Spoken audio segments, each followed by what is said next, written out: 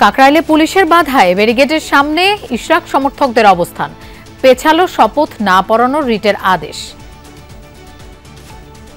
High court এবং supreme ইতিহাসে কোন ট্রাইব্যুনালের রায় তৃতীয় ব্যক্তি চ্যালেঞ্জ করছে এরকম কোনো নজির নাই। তাদের এই মামলার মধ্যে তার নজির সৃষ্টি করতে চায়। জিন্দাবাদ ইনকিলাব জিন্দাবাদ। বাক স্বাধীনতা আমাদের ভোটাধিকার হারিয়েছি। ইসি পুনর্গঠন ও স্থানীয় সরকার নির্বাচনের দাবিতে আগারগাঁওয়ে এনসিপির বিক্ষোভ। আচরণবিধি সহ বিভিন্ন ইস্যুতে বৈঠকে বসেছে কমিশন। দুদকের তলবে হাজির হলেন এনসিপির সাবেক নেতা তানভীর।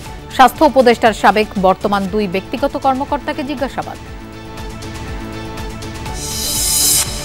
এনবিআর চেয়ারম্যানকে অসহযোগিতার ঘোষণা আন্দোলনরত সংস্কার ঐক্য পরিষদের। কর্মসূচিতে ব্যাহত আমদানি রপ্তানি। ক্যামেরা ছিনতাই করতে হাজারীবাগে ফটোগ্রাফার নুরুল হককে খুন করে টিকটক গ্রুপ, বলছে ডিএমপি। জিগাতলায় কথা কাটাকাটির জেরে প্রাণ গেছে আলফের।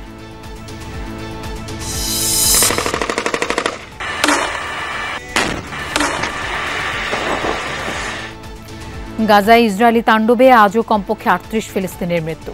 দখলদারদের বাধায় বিতরণ করা যায়নি ত্রাণ সহায়তা।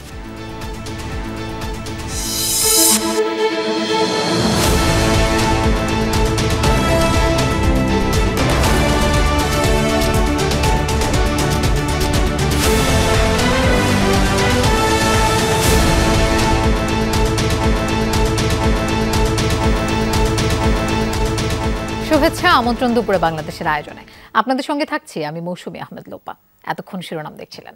ঢাকা দক্ষিণ সিটি কর্পোরেশনের মেয়র হিসেবে বিএনপি নেতা ইশরাক হোসেনকে শপথ পড়ানোর দাবিতে সপ্তম দিনের মতো চলছে কর্মী সমর্থকদের আন্দোলন। তবে আজ নগর ভবনের সামনে নয়, আন্দোলনকারীরা অবস্থান নিয়েছেন প্রধান উপদেষ্টার বাসভবনের কাছাকাছি কাকরাইল এলাকায়। সকাল থেকে মৎস্য ভবন এলাকায় দলে দলে জড়ো হন বিএনপিপন্থী বিভিন্ন সংগঠনের কর্মী সমর্থকরা। এরপর যমুনা অভিমুখে তারা পদযাত্রা শুরু করেন। পথেই পুলিশের ব্যারিকেড থাকায় কাকরাইল মসজিদের সামনে থামেন আন্দোলনকারীরা। তাদের অভিযোগ, আদালতের রায়কেও বৃদ্ধাঙ্গুলি দেখাচ্ছে সরকারের একটি মহল। ইশরাকের জনপ্রিয়তায় ঈর্ষান্বিত হয়েই এই অপতৎপরতা। গত ২৭ মার্চ বিএনপি নেতা ইশরাক হোসেনকে ঢাকা দক্ষিণ সিটি কর্পোরেশনের মেয়র ঘোষণা করেন আদালত। পরে ২৭ এপ্রিল গেজেট প্রকাশ করে নির্বাচন কমিশন। এদিকে মেয়র হিসেবে বিএনপি নেতা ইশরাক হোসেনকে শপথ না পড়ানোর নির্দেশনা চেয়ে রিটের উপর আজও শুনানি হচ্ছে। শুনানি শেষে যে কোনো সময় আদেশ দেওয়ার কথা আদালতের। গত ৬ দিন থেকে ঢাকা সিটি কর্পোরেশনের সামনে অবস্থান কর্মসূচি নিয়েছি। আমরা নগরবাসী, আমাদের নগর চলতেছে না মেয়র ছাড়া। আমরা ইশরাককে মেয়র হিসেবে চাই। উত্তরের প্রশাসক, দক্ষিণের প্রশাসক নিয়োগ দিচ্ছে, তারা কারা? তারা কি জনতার কেউ? জনতার দাবি হচ্ছে একটাই, ইশরাক হোসেন এখানে নির্বাচন করেছে, আদালতে রায় নিয়েছে। আমাদের মেয়র সাহেব তাকে তার শপথ ঘোষণা করে তার গদির ভিতরে বসতে দেন। দর্শক, আমাদের দুই সহকর্মী শাকিল হাসান এবং ভাস্কর ভাদুরী আমাদের সাথে যোগ দেবেন। আমরা শুরুতেই মৎস্য ভবন এলাকায় যেতে চাই, সেখানে শাকিল হাসান আছেন। শাকিল, আন্দোলনকারীরা কি বলছেন, একটু বিস্তারিত জানতে চাই তাদের কথা। লোপা, এখানে আন্দোলনকারী যারা রয়েছেন তারা ইশরাক সমর্থক এবং বিএনপির অঙ্গ সংগঠন সহ নানা পর্যায়ের থানা এবং ওয়ার্ড পর্যায়ের নেতাকর্মীরা এখানে অবস্থান নিয়েছেন সকাল 11:30 থেকে 11টার খানিকটা পর থেকে, এবং প্রায় 3 ঘন্টা হয়ে গেছে। কিন্তু এই মৎস্য ভবন মোড় তারা অবরোধ করেছেন। তাদের দাবি হচ্ছে বিএনপির কেন্দ্রীয় নেতা ইশরাক হোসেনকে মেয়র হিসাবে আদালতের যে রায় এবং নির্বাচন কমিশনের যে গেজেট সেটির বাস্তবায়ন করতে হবে। ইশরাক হোসেনকে মেয়র হিসেবে শপথ গ্রহণ করাতে হবে এবং সেটি দ্রুত করার জন্য তাদের দাবি। এবং গত কয়েকদিন ধরে তারা দক্ষিণ সিটি কর্পোরেশন অবরোধ করছিলেন, সড়ক অবরোধ করছিলেন। আজকে আদালতের শুনানি হয়েছে, যদিও আজকে আদেশ দেননি, কালকে আদেশ দেওয়ার কথা রয়েছে। কিন্তু আন্দোলনকারীরা বলছেন যে আদালতের যে এর আগে আদেশটি এসেছিল এবং নির্বাচন কমিশনের যেটি গেজেট প্রকাশ করা হয়েছে সেটির ব্যত্যয় ঘটানোটা ঠিক হবে না, এবং ইশরাক হোসেনকে অতি দ্রুত মেয়র হিসেবে শপথ গ্রহণ করানোর ব্যবস্থা করতে হবে। এবং পাশাপাশি আজকে এই আন্দোলন থেকে আরেকটি দাবিও কিন্তু উঠেছে। বিএনপি নেতাকর্মীরা বলছেন যে অনির্বাচিত সরকারের থেকে নির্বাচিত সরকার ভালো এবং তারা দ্রুত সময়ের মধ্যে নির্বাচন দাবি করেছেন। তারা স্লোগান দিচ্ছেন যে এই মুহূর্তে দরকার আসলে বাংলাদেশের জন্য একটি নির্বাচিত সরকার। বাংলাদেশের অন্যান্য যে বিষয়গুলো, রাজনৈতিক যে সংকটগুলো সামনে এসছে, সেই সংকটগুলো মোকাবেলা করার জন্য নির্বাচিত সরকারই একমাত্র উত্তম পন্থা বলে তারা মনে করছেন। এবং এই দাবিটি তাদের স্লোগানে কিন্তু আমি শুনতে পেয়েছি গত 3 ঘন্টায় দক্ষিণের বিভিন্ন থানা ওয়ার্ড থেকে বিএনপি এবং যুবদল, শ্রমিক দল সহ অন্যান্য অঙ্গ সংগঠনের নেতাকর্মীরা এসে এই বিক্ষোভ এবং অবরোধে যোগ দিয়েছেন। বিক্ষোভের একটি বড় অংশ রয়েছে কাকরাইল মোড়ে, আরেকটি বড় অংশ রয়েছে এই মৎস্য ভবন চত্বরে, যেখানে রাজধানীর প্রায় 4টি গুরুত্বপূর্ণ সড়ক এসে মিশেছে এবং এই সড়কগুলো গত 3 ঘন্টা ধরেই বন্ধ রয়েছে। যদিও অ্যাম্বুলেন্স চলাচলের জন্য নেতাকর্মীরা ব্যবস্থা করে দিয়েছেন, কিন্তু অন্যান্য সকল ধরনের যানবাহন এই সড়ক দিয়ে চলাচল বন্ধ রয়েছে গত 3 ঘন্টা ধরে।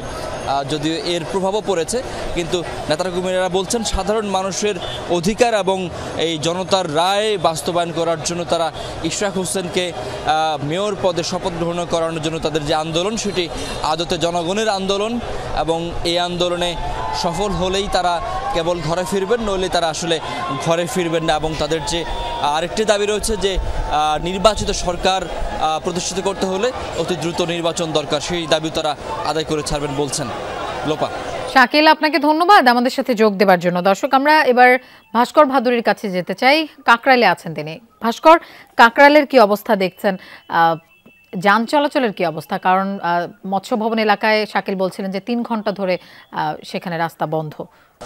মূলত যেহেতু মৎস্য ভবন এলাকায় 3 ঘন্টা ধরে রাস্তা বন্ধ, একই চিত্র কিন্তু কাকরাইল মোড়েও, এবং টানা 3 ঘন্টা ধরে স্লোগান দেওয়ার পর নেতাকর্মীরা কিন্তু এখন কিছুটা হলেও ক্লান্ত হয়ে পড়েছে। তারপরও বিভিন্ন ধরনের উদ্দীপনামূলক স্লোগান দেওয়ার মাধ্যমে ওয়ার্ড পর্যায়ের নেতারা যারা রয়েছেন তারা মাঠ পর্যায়ের কর্মীদের উদ্দীপনা দেওয়ার চেষ্টা করছেন। একটু পেছনের দিকে যদি যাই, সকাল 11:15টার সময় ইশরাক হোসেনের মেয়র পদে শপথ গ্রহণ অনুষ্ঠান দ্রুততম সময় করার জন্য কিন্তু নেতাকর্মীরা দাবি নিয়ে প্রাথমিকভাবে মৎস্য ভবন এবং তার পরবর্তীতে কিন্তু সরাসরি যমুনার সামনে এসে অবস্থান নেয়। এবং কিছুক্ষণ আগে আমরা নেতাকর্মীদের সাথে কথা বলছিলাম, তাদেরকে আমরা জানাচ্ছিলাম যে রায় তো আজকে হবে না, কালকে দেওয়ার ঘোষণা দেওয়া হয়েছে। সেক্ষেত্রে তারা কিন্তু আমাদেরকে বলেছেন যে উপর থেকে যতক্ষণ না পর্যন্ত নির্দেশনা আসে ততক্ষণ পর্যন্ত কিন্তু তারা এখানে অবস্থান করবেন। এবং একই সাথে তারা বলছে যে যেহেতু ঢাকা দক্ষিণ সিটি কর্পোরেশনের মানুষ গত 9 মাস ধরে কাঙ্ক্ষিত সেবা পাচ্ছে না, সেক্ষেত্রে ঢাকা মহানগরের মানুষের কাঙ্ক্ষিত সেবা নিশ্চিত করার জন্যই কিন্তু তাদের এই অবস্থান কর্মসূচি। এবং যতক্ষণ না পর্যন্ত আদালতের রায় অথবা অন্য সেটা যে কোনো পন্থাতেই হোক ইশরাক হোসেনকে দ্রুততম সময়ে দায়িত্ব বুঝিয়ে দেয়া না হবে, ততক্ষণ পর্যন্ত কিন্তু তাদের এই কার্যক্রম চলবে। আপনি জানেন যে আজকে প্রথম 6 দিন কিন্তু ঢাকা দক্ষিণ সিটি কর্পোরেশনের যে অফিস নগর ভবনের সামনে তাদের অবস্থান ছিল। 7ম দিনের মতো আজকে তারা যমুনার সামনে এসে অবস্থান নিয়েছেন এবং তারা কিন্তু বিভিন্ন সময় বলছেন যে স্থানীয় সরকার মন্ত্রণালয়ের একটি পক্ষের ষড়যন্ত্রের কারণেই কিন্তু ইশরাক হোসেনকে তার দায়িত্বভার বুঝিয়ে দেওয়া হচ্ছে না। যেহেতু ষড়যন্ত্র এবং ফ্যাসিস্টের মতো আচরণ চলছে, যতক্ষণ না পর্যন্ত এমন ধরনের আচরণ স্থানীয় সরকার মন্ত্রণালয়ের পক্ষ থেকে বন্ধ করা না হবে ততক্ষণ পর্যন্ত কিন্তু তারা তাদের কর্মসূচি চালিয়ে যাবেন। এবং একই সাথে বলছেন যে যত ধরনের আইনি বাধ্যবাধকতা কিংবা নতুন কোনো ষড়যন্ত্রের কথা হোক না কেন, এই সকলের বিরুদ্ধে দাঁড়িয়ে মূলত ইশরাক হোসেনের সমর্থকরা তারা তাদের নেতাকে মেয়র পদে ঘোষণা যতক্ষণ পর্যন্ত না দেওয়া যাবে ততক্ষণ পর্যন্ত কিন্তু তারা অবস্থান কর্মসূচি থেকে সরে যাবেন। লোপা। ভাস্কর, আপনাকেও ধন্যবাদ আমাদের সাথে যোগ দেওয়ার জন্য। ডিএসসিসির মেয়র হিসেবে বিএনপি নেতা ইশরাক হোসেনকে শপথ না পড়ানোর নির্দেশনা চেয়ে রিট শুনানি শেষ। আগামীকাল আদেশ দেবেন হাইকোর্ট। আজ এ বিষয়ে আদেশ দেওয়ার কথা থাকলেও এই দিনও দুপক্ষের আইনজীবীরা শুনানি করেন। পরে বিচারপতি মোহাম্মদ আকরাম হোসেন চৌধুরী ও বিচারপতি দেবাশিস রায় চৌধুরীর হাইকোর্ট বেঞ্চ জানান, নিজেদের মধ্যে আলোচনা করে কাল 11টায় আদেশ দেবেন তারা। এর আগে গত বুধবার বিএনপি নেতা ইশরাক হোসেনকে ডিএসসিসির মেয়র হিসেবে শপথ না পড়ানোর নির্দেশনা চেয়ে হাইকোর্টে রিট আবেদন করা হয়। সেই সাথে ইশরাক হোসেনকে মেয়র ঘোষণা করা ঢাকার প্রথম যুগ্ম জেলা জজ ও নির্বাচনী ট্রাইব্যুনালের বিচারকের বিরুদ্ধে শাস্তিমূলক ব্যবস্থা গ্রহণের নির্দেশনাও চাওয়া হয় রিটে। হাইকোর্টে রিট আবেদনটি করেন ঢাকা দক্ষিণ সিটি কর্পোরেশনের বাসিন্দা মোহাম্মদ মামুনুর রশিদ। গত 27 মার্চ ঢাকা দক্ষিণ সিটি কর্পোরেশনের 2020 সালের নির্বাচনে ফজলে নূর তাপসকে বিজয়ী ঘোষণার ফল বাতিল করে বিএনপি নেতা ইশরাককে মেয়র ঘোষণা করেন আদালত। 27 এপ্রিল ইশরাক হোসেনকে ডিএসসিসির নতুন মেয়র ঘোষণা করে গেজেট প্রকাশ করে নির্বাচন কমিশন। এই মামলা করছে তারা মূলত তারা যখন তৃণমূল শপথ না দিতে পারে মেজর ইশরাক, সেই জন্য তারা ফ্রাস্ট্রেট করার জন্যে এই মামলা করেছে। আদালত আমাদের কথা শুনে, অভিভাবক শুনে আগামীকাল আবার সকালে আদেশের জন্য রেখেছে। আমরা প্রত্যাশা করছি যে অ্যাপ্লিকেশনটা আনা হয়েছে পারপাসলি, ইন্টেনশনালি, সেই অ্যাপ্লিকেশনটা সামারিলি রিজেক্ট হবে। এ বিষয়ে আরো জানবো, হাইকোর্ট থেকে আমাদের সাথে যোগ দিচ্ছেন সহকর্মী মাইনুল মারুফ। মাইনুল, শুনানিতে দুপক্ষ কি যুক্তি দিয়েছিলেন আর শুনানি শেষে আইনজীবীরা কি বললেন? কিন্তু এই যে রিটটি ছিল, এই রিটটি কিন্তু আদেশের জন্য নির্ধারিত ছিল আজকের দিনটি। তবে আজও কিন্তু শুনানি করেন, দুপক্ষের আইনজীবীরা শুনানি করেন এবং শুনানিতে কিন্তু আজ তারা, যেমনটা আগে জানিয়েছিলাম যে এক পক্ষ বলেছে যে, বিশেষ করে ইশরাকের পক্ষ যে আইনজীবীরা তারা বলেছেন যে আইনজীবী এই রিটটি করেছেন তিনি এই রিটটি করতে পারেন না, কারণ এক্ষেত্রে যদি তাপস রিট করেন তাহলে এই রিটটি গ্রহণযোগ্য। কিন্তু যেহেতু তাপস এই রিটটি করেননি, অন্য কেউ তৃতীয় পক্ষ এই রিটটি করার অধিকার রাখেন না। অপরদিকে যে রিটকারী আইনজীবীরা তারা বলেছেন যে যেই মামলার রায়টি হয়েছে, এই মামলার রায়টি আইনগতভাবে সঠিকভাবে হয়নি। সাক্ষীদের নিয়োগ সমস্যার কথা বলেছেন, সেখানে সাক্ষীদের ক্রস চেক করা হয়নি এমন কথাও তারা বলেছেন। পাশাপাশি যেই সাক্ষীরা সাক্ষ্য দিয়েছেন তাদের অনেক ক্ষেত্রে সাক্ষ্য ঠিকভাবে গ্রহণ হয়নি বলে তারা কিন্তু আদালতে আজকে যুক্তি তুলে ধরেছেন। পাশাপাশি বলেছেন যে যেইভাবে এই রায় হয়েছে, রায়টি সঠিক হয়নি এবং এ নিয়ে কিন্তু দীর্ঘক্ষণ শুনানি হয়েছে আজ, এবং গতকালও কিন্তু এই নিয়ে শুনানি হয়েছে এবং আজও শুনানি হলো এবং আজ এ কারণে কিন্তু আদেশ হয়নি। এবং পরবর্তীতে দুপক্ষের শুনানি শেষে আদালত নিজেদের মধ্যে আলোচনা করে আগামীকাল একটি আদেশ দেবেন বলে জানিয়েছেন এবং আগামীকাল ঠিক 10টায় কিন্তু এই আদেশ হওয়ার কথা রয়েছে, 10টা বা 10টার পর। এবং তখন কিন্তু আমরা জানিয়ে দিতে পারবো যে এই ইশরাক মেয়র হিসেবে শপথ নিতে পারবেন কিনা। এবং এই নিয়ে কিন্তু বেশ কয়েকদিন ধরে কিন্তু আমরা দেখছি সড়কে, ঢাকার সড়কে কিন্তু আন্দোলন চলছে সিটি কর্পোরেশনের তালহাদে এবং নানামুখী ঘটনা কিন্তু চলছে। সরকারের পক্ষ থেকেও কিন্তু আইনি জটিলতার কারণে ইশরাককে শপথ নেওয়া বা ইশরাককে শপথ পড়ানো হচ্ছে না বলে জানানো হয়েছিল। এরই মধ্যে কিন্তু এই রিটটি কিন্তু চলছে এবং রিট গতকাল শুনানি হয়েছে, আজও শুনানি হলো এবং আগামীকাল যদি শুনানি হয় এবং শুনানি শেষে হয়তো ইশরাক শপথ নিতে পারবে কিনা সেই বিষয়টি স্পষ্ট হবে। হয়তো তখন আইনি বাধা, যেই বাধার কথা বলা হচ্ছে, এই বাধা কেটে যাবে যদি ইশরাকের পক্ষে যদি আদেশ আসে। এছাড়া যদি আদেশ যদি না আসে তাহলে কিন্তু ইশরাক শপথ নিতে পারবেন না। লোপা। মাইনুল, আপনাকে ধন্যবাদ আমাদের সাথে যোগ দেওয়ার জন্য। বাংলাদেশের প্রথম 5D AI ইনভার্টার যুক্ত সর্বোচ্চ বিদ্যুৎ সাশ্রয়ী যমুনা এয়ার কন্ডিশনার। নির্বাচন কমিশন পুনর্গঠন এবং স্থানীয় সরকার নির্বাচনের দাবিতে আগারগাঁওয়ে ইসি ভবনের সামনে বিক্ষোভ সমাবেশ করছে জাতীয় নাগরিক পার্টি এনসিপি। বেলা 11:15টায় শুরু হয় এই কর্মসূচি, যাতে অংশ নিয়েছেন দলটির বিভিন্ন পর্যায়ের নেতৃবৃন্দ। নেতাদের অভিযোগ, নির্বাচন কমিশন একটি বড় রাজনৈতিক দলের পক্ষপাতিত্ব করছে। ইসির কর্মকাণ্ডের সাথে ওই দলের বক্তব্যের মিল আছে। নির্বাচন কমিশন জাতীয় ও স্থানীয় সরকার নির্বাচন সুষ্ঠুভাবে করতে সক্ষম নয় বলেও মন্তব্য করেন এনসিপি নেতারা। এ সময়ে স্থানীয় সরকার নির্বাচনের রোডম্যাপ ঘোষণা করতে সরকারের প্রতি অনুরোধ জানান তারা। ইসির পক্ষপাত দুষ্ট ভূমিকা এবং ফ্যাসিস্ট আমলে করা আইনের মাধ্যমে যে কমিশন গঠিত হয়েছে তার প্রতি আস্থা নেই উল্লেখ করে কমিশনারদের পদত্যাগ বা কমিশন পুনর্গঠনের দাবি জানান নেতারা। এনসিপির এই বিক্ষোভ কর্মসূচিকে কেন্দ্র করে নির্বাচন ভবনের আশপাশে 5 স্তরের নিরাপত্তা গ্রহণ করা হয়েছে। সকাল থেকেই কঠোর অবস্থানে পুলিশ। ভবনের সামনের রাস্তায় দেয়া হয় কাঁটাতারের ব্যারিকেড। এই নির্বাচন কমিশনকে আর সাংবিধানিক প্রতিষ্ঠান বলা যাচ্ছে না, এটা একটা রাজনৈতিক প্রতিষ্ঠানে পরিণত হয়েছে। নির্বাচন ব্যবস্থা সংস্কার কমিশন অনেকগুলো সংস্কার প্রস্তাব দিয়েছে, সেই সংস্কার প্রস্তাবগুলো আমলে নিয়ে নির্বাচন কমিশনকে পুনর্গঠন করতে হবে এবং পুনর্গঠন করে দ্রুততম সময়ের মধ্যে স্থানীয় সরকার নির্বাচন দিতে হবে এবং সেটা জাতীয় নির্বাচন যখন দেওয়ার কথা সরকারের পক্ষ থেকে বলা হয়েছে সেটাকে বহাল রেখেই। সংস্কার কমিশনের প্রস্তাব আমলে নিয়ে ইসি পুনর্গঠন এবং স্থানীয় সরকার নির্বাচনের দাবিতে আগারগাঁওয়ে নির্বাচন ভবনের সামনে বিক্ষোভ সমাবেশ করছে নাগরিক পার্টি। বলছিলাম আপনাদের সেই কথা। সেখানে আছেন আমাদের সহকর্মী লাভলি বিথি। বিথি, এনসিপির বিক্ষোভ সমাবেশ তো চলছে, একটু জানতে চাই তারা কি বলছেন। লোপা, কিছুক্ষণ আগে এনসিপির বিক্ষোভ সমাবেশটি শেষ হলো। তারা মূলত প্রথম যে দুইটি দাবি তাদের, একটি হচ্ছে যে স্থানীয় সরকার নির্বাচন জাতীয় নির্বাচনের আগে দিতে হবে। এবং আরেকটি হচ্ছে যে বর্তমান যে ইসি আছে, পুরনো আইনে যে ইসি গঠন করা হয়েছিল সার্চ কমিটির মাধ্যমে, সেই ইসি নতুন করে হয় তাদের পদত্যাগ করতে হবে অথবা নতুন করে পুনর্গঠন করতে হবে।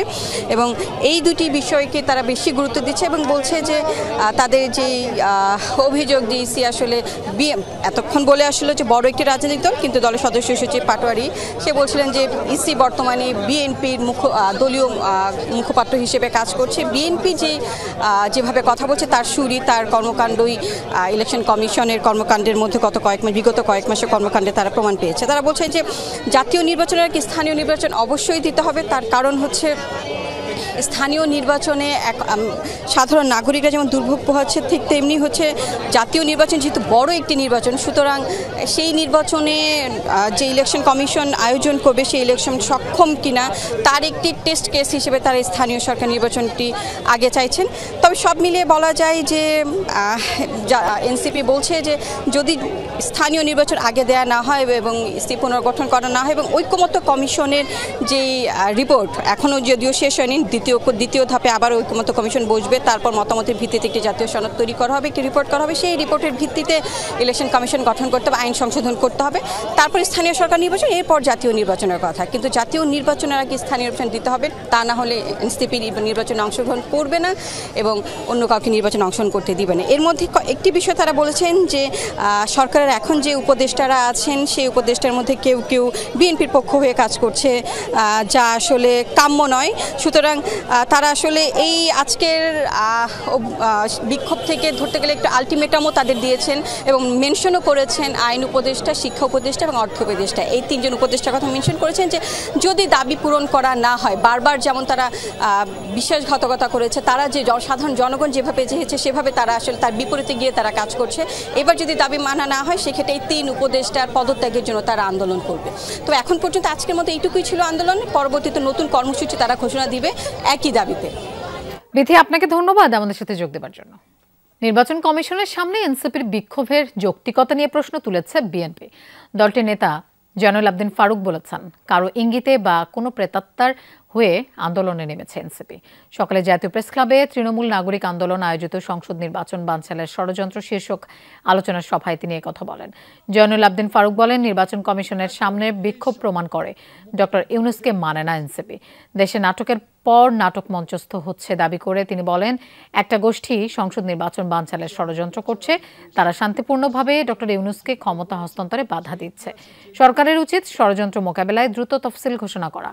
বিএনপি সরকারকে সহযোগিতা করবে জানিয়ে সাবেক এই বিরোধী দলীয় চিফ হুইপ বলেন, যেভাবে দেশে আইন শৃঙ্খলা পরিস্থিতির অবনতি হচ্ছে তাতে কতদিন সহায়তা দেয়া যাবে ভাববার বিষয়।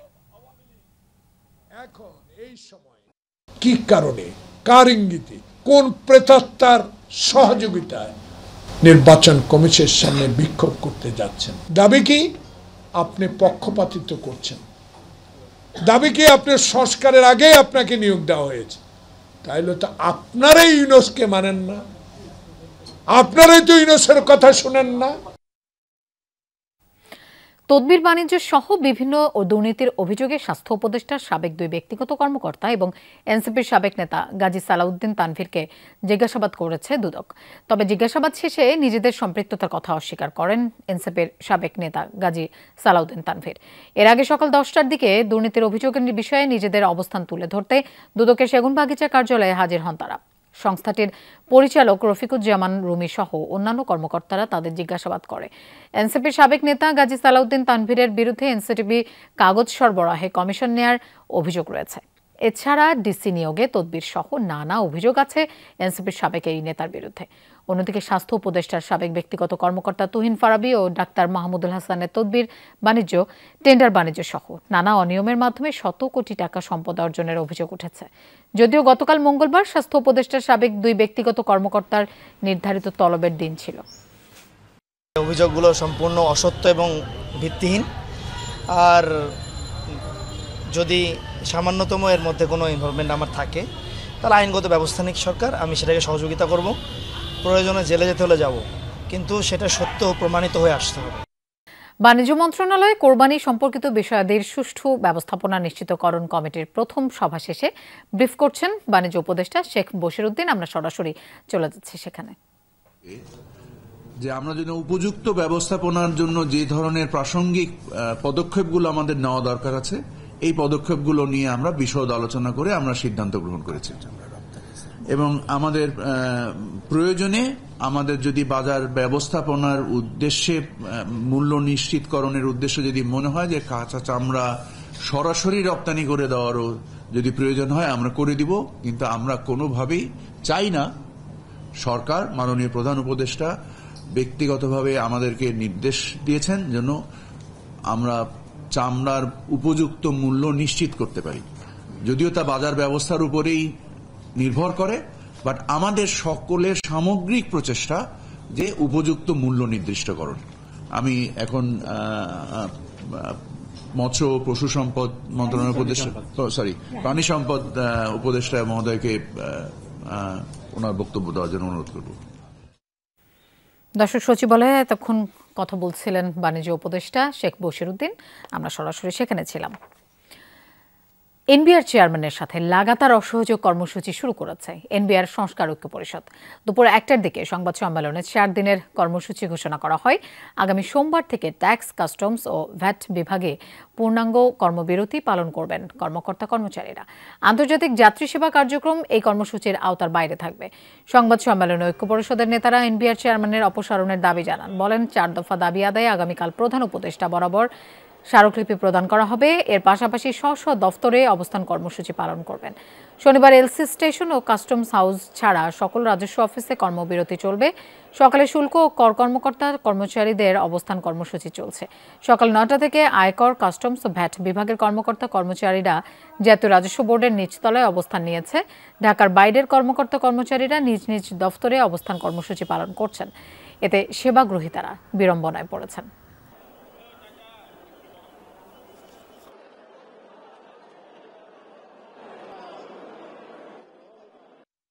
আজ 21শে মে 2025 খ্রিস্টাব্দ প্রেস ব্রিফিং এর পর থেকে এনবিআর এর চেয়ারম্যান মহোদয়ের সাথে লাগাতার অসহযোগ আগামীকাল 22 মে 2025 খ্রিস্টাব্দ বৃহস্পতিবার দুপুর থেকে এনবিআর সংস্কার ঐক্য পরিষদের দাবি সমূহের বিষয়ে মাননীয় প্রধান উপদেষ্টা বরাবর একটি স্মারকলিপি প্রদান করা হবে। সোমবার যাত্রী সেবা ব্যতীত ট্যাক্স, কাস্টমস ও ভ্যাট বিভাগের সকল দপ্তরের পূর্ণাঙ্গ কর্মবিরতি চলবে। কেন্দ্রীয় কর্মসূচির অংশ হিসেবে চট্টগ্রামেও কাস্টমস, ভ্যাট ও শুল্ক কার্যালয়ে সকাল থেকে অবস্থান কর্মসূচি পালন করছেন রাজস্ব কর্মকর্তারা।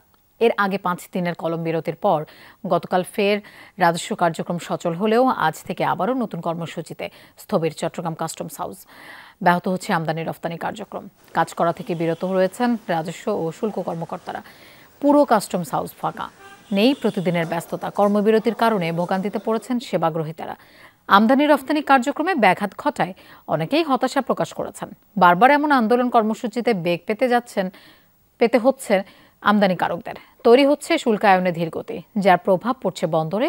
পণ্য লোডিং আনলোডিংয়ে গতি কমেছে।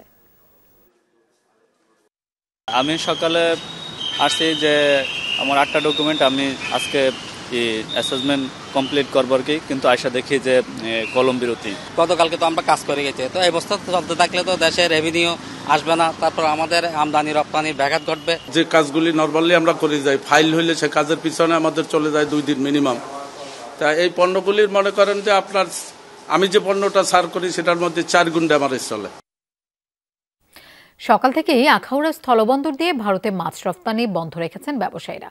বলছেন, কাগজপত্র জটিলতায় আজ বন্ধ থাকলেও আগামীকাল সকাল থেকে এ পথে যথারীতি রপ্তানি চলবে। বিষয়টি নিশ্চিত করেছেন মৎস্য রপ্তানিকারক অ্যাসোসিয়েশনের সাধারণ সম্পাদক মোহাম্মদ ফারুক মিয়া। জানান, মাছ রপ্তানিতে বাংলাদেশ ব্যাংকের ইএক্সপি ছাড়পত্রের প্রয়োজন হয়। এসব নথিপত্র মাছ ব্যবসায়ীদের হাতে পৌঁছায়নি, এজন্য মাছ রপ্তানি বন্ধ রেখেছেন। চলতি অর্থবছরের প্রথমার্ধে রপ্তানি হয়েছে 453 কোটি টাকার পণ্য। একই সময়ে আমদানি ছিল তুলনামূলক কম, মাত্র 106 টন পণ্য আমদানি হয়েছে। একই সময় রাজধানীর হাজারীবাগের জাফরাবাদে ফটোগ্রাফার নুরুল হক হত্যা মামলায় 10 জনকে এবং জিগাতলায় আলভি হত্যাকাণ্ডে 4 জনকে গ্রেফতার করেছে পুলিশ। সকালে ডিএমপির মিডিয়া সেন্টারে এক সংবাদ সম্মেলনে এই তথ্য জানায় পুলিশ। ডিএমপি রমনা বিভাগের ডিসি মোহাম্মদ মাসুদ আলম জানান, নুরুল হক হত্যার ঘটনায় নাইম নামের একজন নেতৃত্ব দেয়। ওরা একটা টিকটক গ্রুপ জাফরাবাদ এলাকায় ডেকে কুপিয়ে হত্যা করে। 2টি ক্যামেরা নিয়ে যায় আসামিরা। ক্যামেরাগুলো এবং আসামিদের ব্যবহৃত ছুরি সহ 10 জনকে গ্রেফতার করা হয়েছে। এছাড়া জিগাতলায় বিশ্ববিদ্যালয় শিক্ষার্থী আলভিকে কথা কাটাকাটি ও অপমানকে কেন্দ্র করে পরিকল্পিতভাবে হত্যা করা হয়। এ ঘটনায় 4 জনকে গ্রেফতার করে বাকি সবাইকে শনাক্ত করেছে পুলিশ, জানান রমনার ডিসি মাসুদ আলম।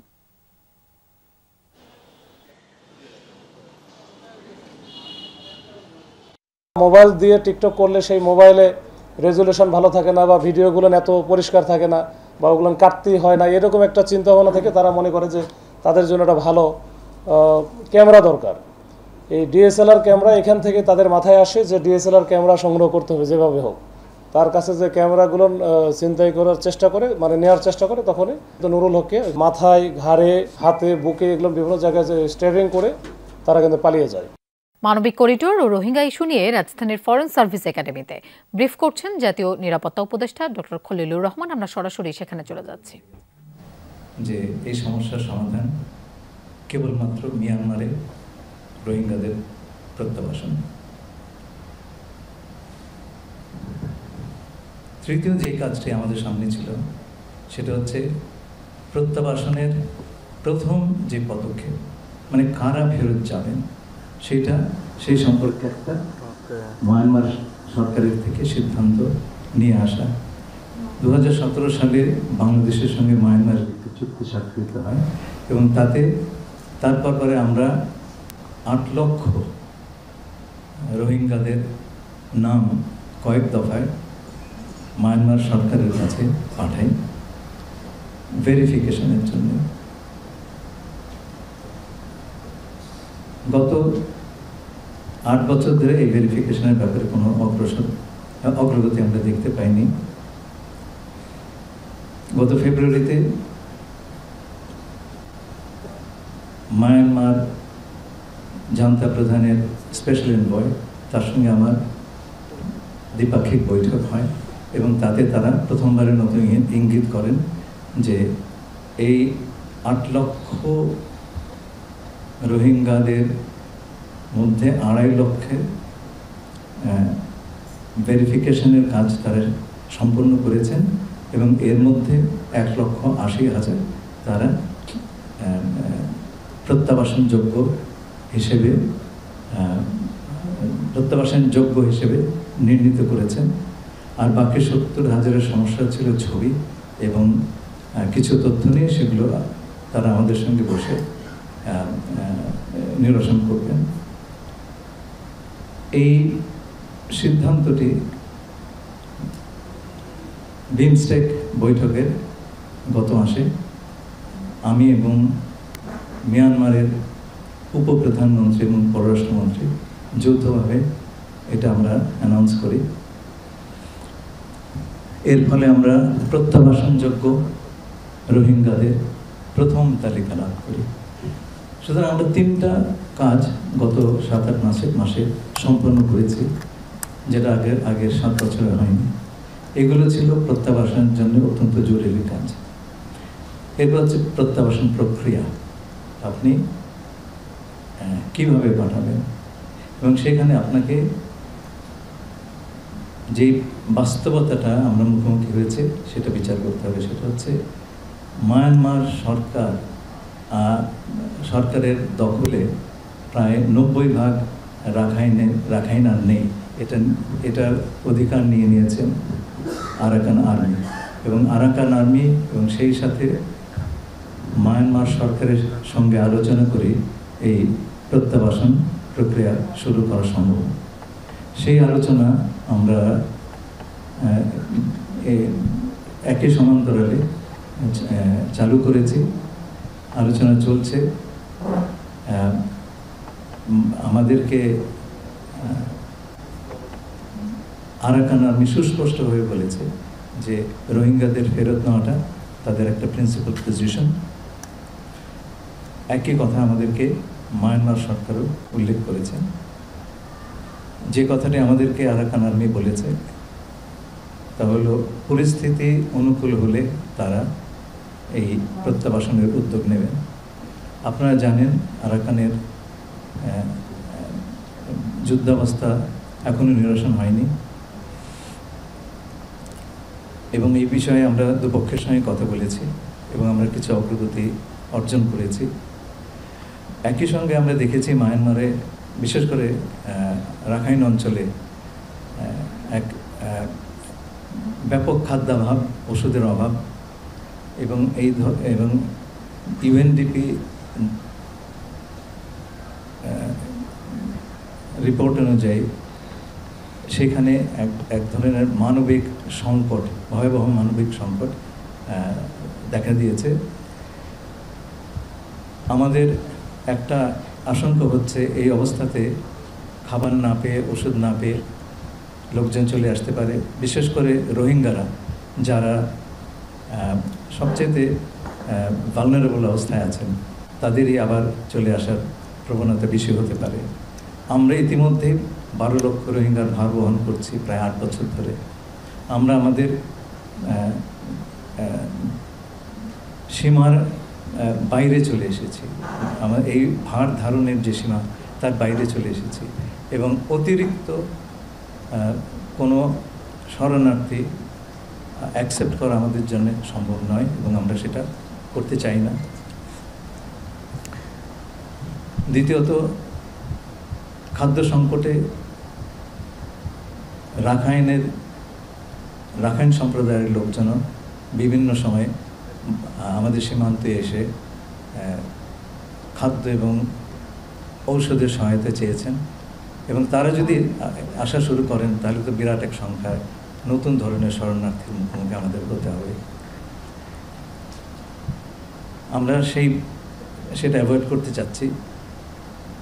জাতিসংঘ কার্যক্রম যেটা মায়ানমারে চলছে সেটা রাখাইনে আর চলা সম্ভব নেই, কারণে যে যুদ্ধাবস্থার কারণে মানবিক যে কোনো প্রকার ত্রাণ রাখাইনে নিয়ে যাওয়া সম্ভব হচ্ছে না। আপনারা জানেন জাতিসংঘ মহাসচিব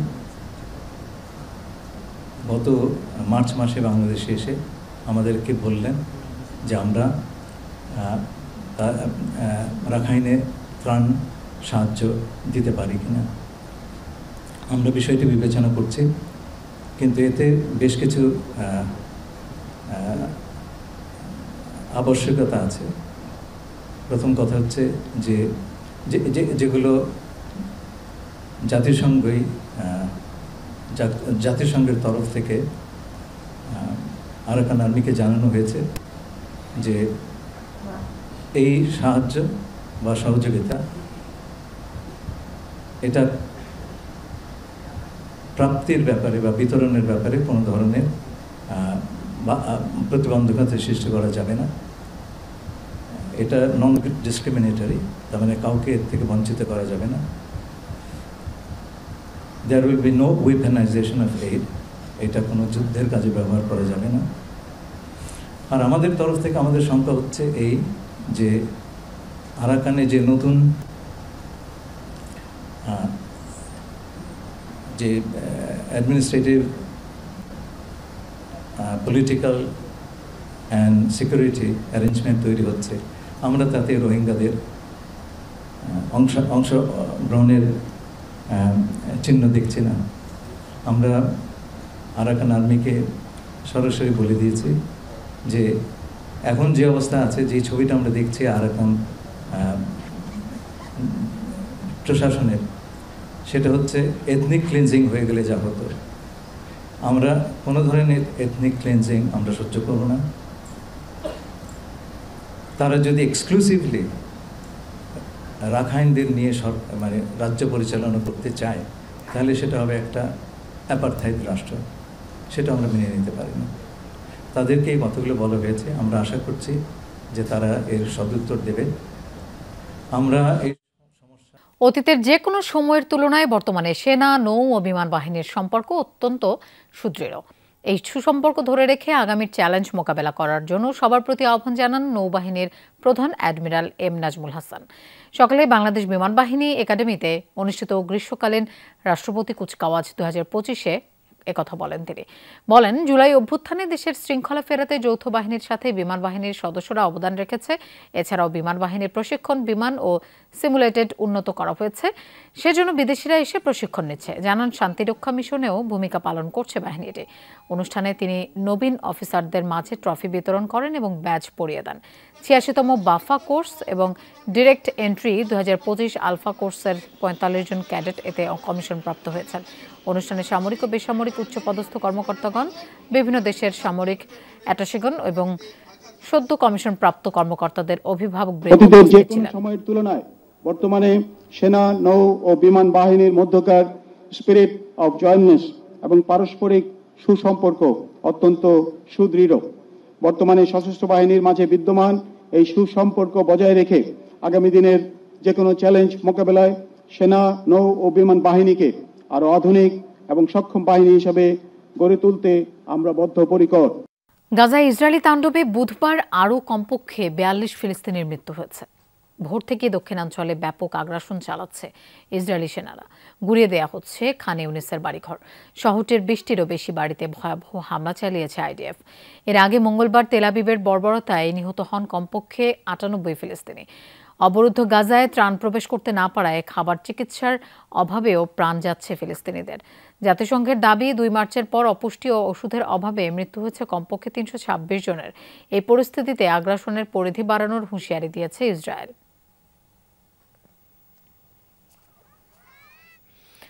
দীর্ঘ 11 সপ্তাহ পর গাজায় ত্রাণ প্রবেশ করলেও ইসরায়েলের বাধায় এখনও বিতরণ করা যায়নি মানবিক সহায়তা, এমনটা জানিয়েছে জাতিসংঘ।